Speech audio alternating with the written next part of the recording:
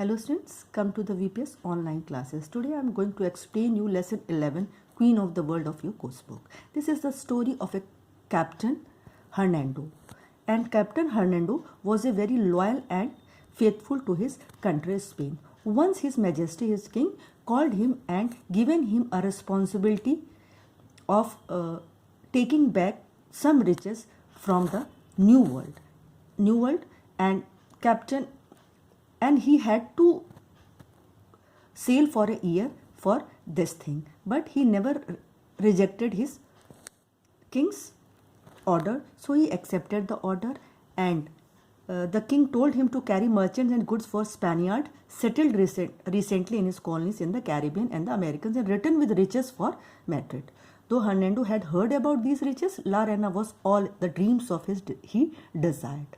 So he selected 180 sailors and trained them in the ways of La Reina. The journey would take over a year, and they stocked up on food, water and rations. Ready and eager, they set sail one sunny April morning. So in this way, they started their journey. Over next few months, La Reina is the name of the ship. La Reina called at different ports. At each port, workers arrived carrying bags of precious gems, silver and gold worth millions. In Spain, the gold and silver would be minted into pesos that would make that nation the most powerful in the world. Okay, so Hernando was the workers unloaded the bags and deposited them. इस तरीके से हर एक ports में वो लोग गए और उन्होंने जो भी जेम्स थे, रिचेस थे, उसको कलेक्ट किया अपने शिप में. पहले तो सब कुछ ठीक ठाक चलता रहा. Suddenly the wind change direction, the clouds grew heavy and the waves began to rise higher and higher. और अचानक तूफान आया और ला रेना शिप तूफान में घिर गई. और उसके जो सेलर्स थे, जो क्रू थे, उन लोगों ने बहुत स्ट्रगल किया. उसमें जो भी कंडीशंस थी आफ्टर स्टॉर्म के बाद शिप में बहुत ही ज़्यादा डार्कनेस मीन्स जो डेज थे उनके वो बहुत ही डार्क होते थे, और नाइट्स जो थी वो रेस्टलेस होती थी बिकॉज पूरा पानी भरा हुआ था. और धीरे धीरे रैट्स एंड कॉकरोचेस भी उसमें दिखाई देने लगे और सेलर्स को बहुत दिक्कत होने लगी. तो अचानक सेलर्स के दिमाग में ये आया कि हम लोग तो इतना रिचेस लेके चल रहे हैं, शिप में इतना स्ट्रगल कर रहे हैं, और कैप्टन और किंग को ये जो भी रिचेस हैं, जो खजाने हैं, वो बड़े आराम से मिल जाएंगे और वो आराम की ज़िंदगी जी रहे हैं. स्ट्रगल तो हम कर रहे हैं, तो क्यों ना हम लोग इसको बांट लें. और उन्होंने जो भी रिचेस थे और उनको जो भी जेम्स थे, रिचेस थे, सबको उन्होंने बांटना शुरू किया.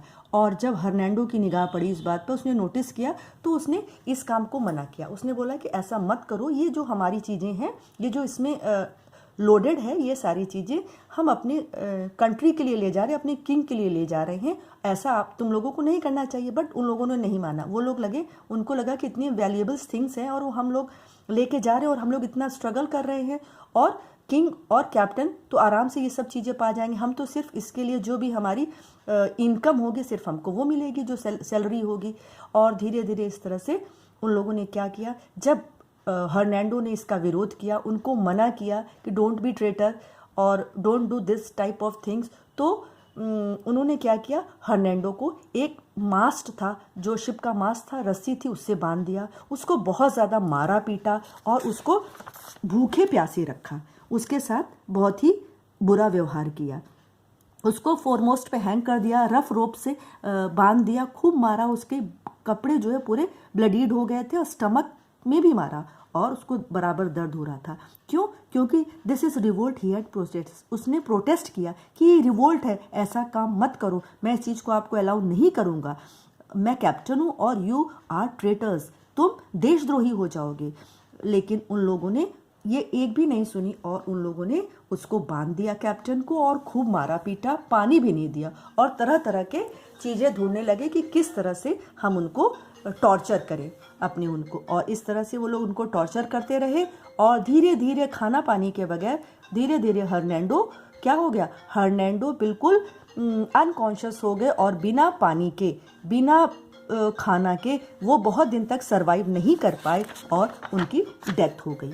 उसके बाद क्या हुआ कि अब जब वो बिना खाना पानी के रहे और उनकी डेथ हुई तो उन्होंने पूरे शिप को ये श्राप दे दिया कि जिस तरह से मैं प्यासा मरा हूँ एक ना एक दिन तुम लोग भी मरोगे। और अचानक चलते ही चलते रास्ते में क्या हुआ, दूसरा तूफान आया और दूसरे तूफान में इतना ड्रेडफुल स्टॉर्म था, वो बहुत ही भयंकर था कि उससे ला रहना शिप उठी और उठ के नीचे फिर वापस आई और एक रॉक से टकराकर वो स्प्लिट हो गई, 2 पार्ट्स में बट गई और no one survive, nothing remained. कोई भी रिचेस उसमें नहीं बचा और कोई भी लोग उसमें नहीं बचे। और आज ये हाल है कि जेवियर हर्नांडो मार्क्वेस का जो श्राप था, जो कर्स था, उसने जो दिया था तड़पते हुए, वो ये था कि जब भी मतलब ज़िंदगी में जो लोग थे उसके साथ अत्याचार करने वाले, उसके टॉर्मेंटर्स जो भी थे, वो हमेशा जब भी मरेंगे बिना पानी के मरेंगे।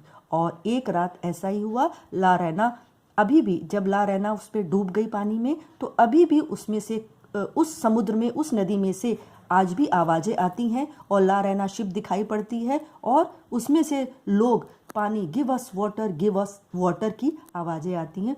तो ये जेवियर हर्नांडो मार्क्वेस का कहना है कि जब भी आपको इस तरह की आवाज़ें उस जगह पे दिखाई पड़े और आप शिप से जा रहे हो तो please turn back and sail away. वहाँ अगर आप उन लोगों से आंखें मिलाएंगे और वहाँ के किसी भी मैन को, क्रू के किसी भी मैन से अगर आप आंखें मिलाएंगे और हेल्प करने की कोशिश करेंगे तो आपके शिप में रखा हुआ सारा पानी भी क्या हो जाएगा, सॉल्टी हो जाएगा, आप भी पानी के लिए तरसते रह जाएंगे। This is the story of Captain Javier Hernando Marquez, and he was very loyal to his country. Thank you, friends, for this video.